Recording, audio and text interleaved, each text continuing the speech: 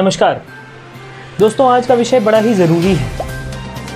यदि आप लोग चाइना के उत्पादों का बहिष्कार करना चाहते हैं और चाहते हैं कि आप सही ढंग से करें, तो मेरा आपसे अनुरोध है, कृपया इस वीडियो को अंत तक देखें।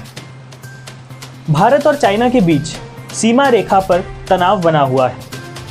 हमारी भारतीय सेना इससे निपटने के लिए सक्षम है, लेकिन पिछले कुछ दिनों में हमारे 20 से ज़्यादा सैनिक शहीद हुए हैं, जिसको देखकर भारतीय नागरिकों के अंदर क्रोध भड़क उठा और उन्होंने निर्णय लिया कि हम चाइना के उत्पादों का प्रयोग नहीं करेंगे और उसका बहिष्कार करेंगे।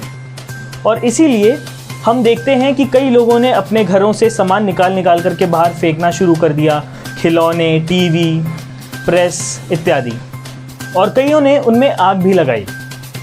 लेकिन मुझे लगता है कि ऐसा करके हम अपनी ही पूंजी नष्ट कर रहे हैं, क्योंकि हम ये सामान चाइना से पहले ही खरीद चुके हैं।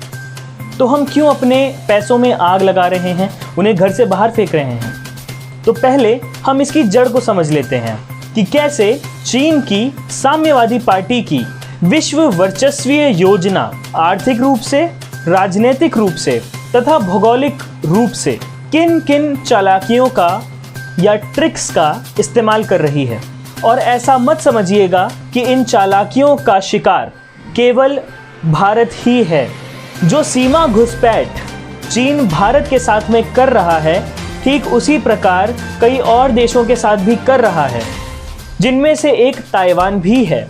आज के जिम्मेदार कौन एपिसोड 3 में हम बात करेंगे गुड़ खाएं, गुलगुलों से परहेज।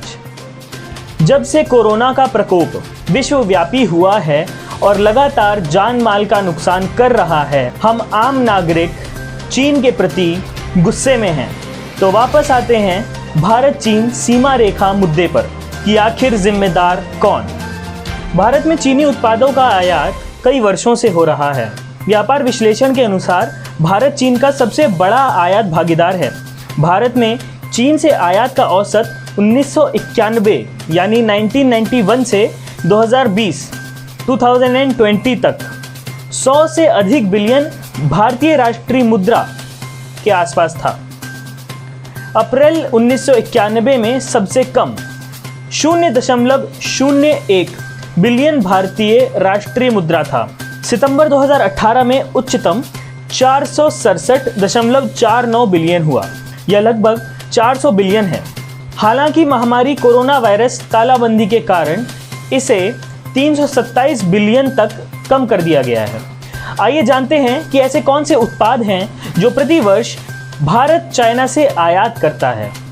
कंप्यूटर 2,10,230, प्रसारण उपकरण 1,10,979, टेलीफोन 91,749, कार्यालय मशीनी भाग 47,079, एकीकृत सर्किट यानी कि इंटीग्रेटेड सर्किट 41,653, प्रसारण सहायक उपकरण 29,462, अर्धचालक उपकरण 29,001, विद्युत ट्रांसफार्मर जो हमारे यहाँ बिजली के ट्रांसफार्मर लगते हैं 25,191 तथा अन्य furniture 25,051, video display, mobile display, computer display 25,191, video display 21,916, वाहनों के पुर्जे जो स्पेयर पार्ट्स मिलते हैं चाइनीज, जो सस्ते में मिल जाते हैं एजेंसी के बाहर से 21,693।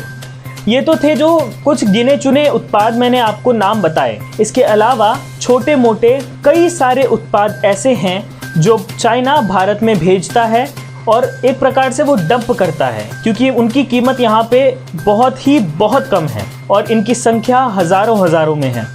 आपको खुद नहीं पता कि जिस फ़ोन में आप अभी इस वक्त ये वीडियो देख रहे हैं, शायद हो सकता है कि उसके डिब्बे पर लिखा हो मेड इन इंडिया, लेकिन आप नहीं जानते कि उसके अंदर कौन सा सर्किट, कौन सी आईसी चाइना की है। तो दोस्तों, मेरा मानना है कि इस प्रकार के अर्थहीन बहिष्कार का कोई निष्कर्ष निकलने नहीं वाला। मैंने देखा बहुत से भारतीय नागरिकों ने चाइनीज़ ऐप्स का बहिष्कार किया, जिसका मैं पूर्णतः समर्थन करता हूँ। एक तरफ जब भारतीय नागरिक चाइनीज़ ऐप्स का बहिष्कार कर रहे हैं, जिसमें टिकटॉक सर्वाधिक चर्चित है।